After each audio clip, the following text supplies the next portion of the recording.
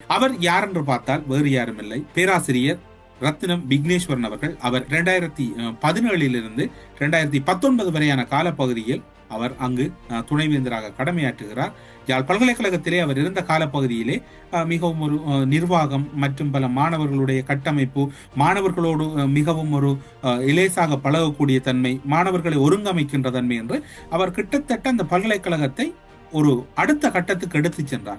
மாணவர்களுக்கும் அங்கிருந்த பேராசிரியர்கள் அல்லது விரிவுரையாளர்களுக்கு இடையில் ஒரு நல்ல தொடர்பாடல் ஏற்பட்டது. இப்போதும் தொடர்பாடல் இருக்கின்றது. ஆனால் இவர் வேறு ஒரு அணுகுமுறையை கையாண்டிருந்தார். ஆனாலும் அவருடைய பதவி ஜனாதிபதி மைத்ரிபால சிறிசேனவால் பறிக்கப்பட்டது.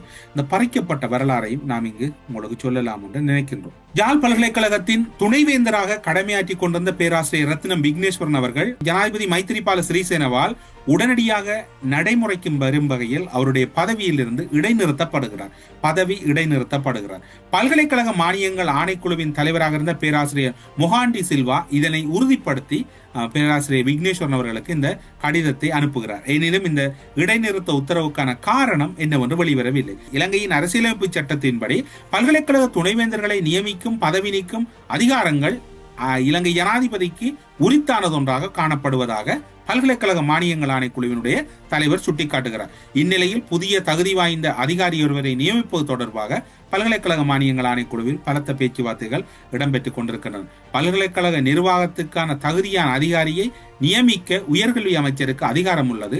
அதன்படி இடைக்காலமான ஒரு அதிகாரி நியமிக்கப்படுகிறார். இதன் பின்னர் வழக்கமான நடைமுறைப்படி புதிய துணைவேந்தரை நியமிப்பதற்கான செயல்முறைகள் ஆரம்பிக்கப்படுவது அது பல்கலைக்கழகத்தில் இருக்கக்கூடிய நடைமுறையா இருக்கிறது. 2017 காலப்பகுதியில் பல்கலைக்கழக துணைவேந்தராக நியமிக்கப்பட்ட பேராசிரியர் விக்னேஸ்வரன் அவர்கள் 2019 காலப்பகுதியிலே அவர் பல்கலைக்கழக மானியங்கள் ஆணைக்குழுவுக்கு அழைக்கப்படுகிறார். 2019 ஏப்ரல் 30 பதவி இடைநிறுத்தப்பட்டதாக பேராசிரியர் விக்னேஸ்வரனுக்கு ஜனாதிபதி மைத்ரிபால சிறிசேனவினுடைய செயலாளரால் கடிதம் அனுப்பப்படுகிறது. குறித்த கடிதம் தொலைநகல் மூலம் அனுப்பப்பட்டதாக கூறப்படுகிறது. எனினும் தமக்கான கடிதம் கிடைக்கவில்லை என்று கொழும்பு ஆங்கில ஊடகம் ஒன்றுக்கு பேராசிரியர் கூறுகிறார். ஏன் இந்த வரலாறை கூறுகிறேன் என்றால் அதற்கும் ஒரு காரணம் இருக்கின்றது.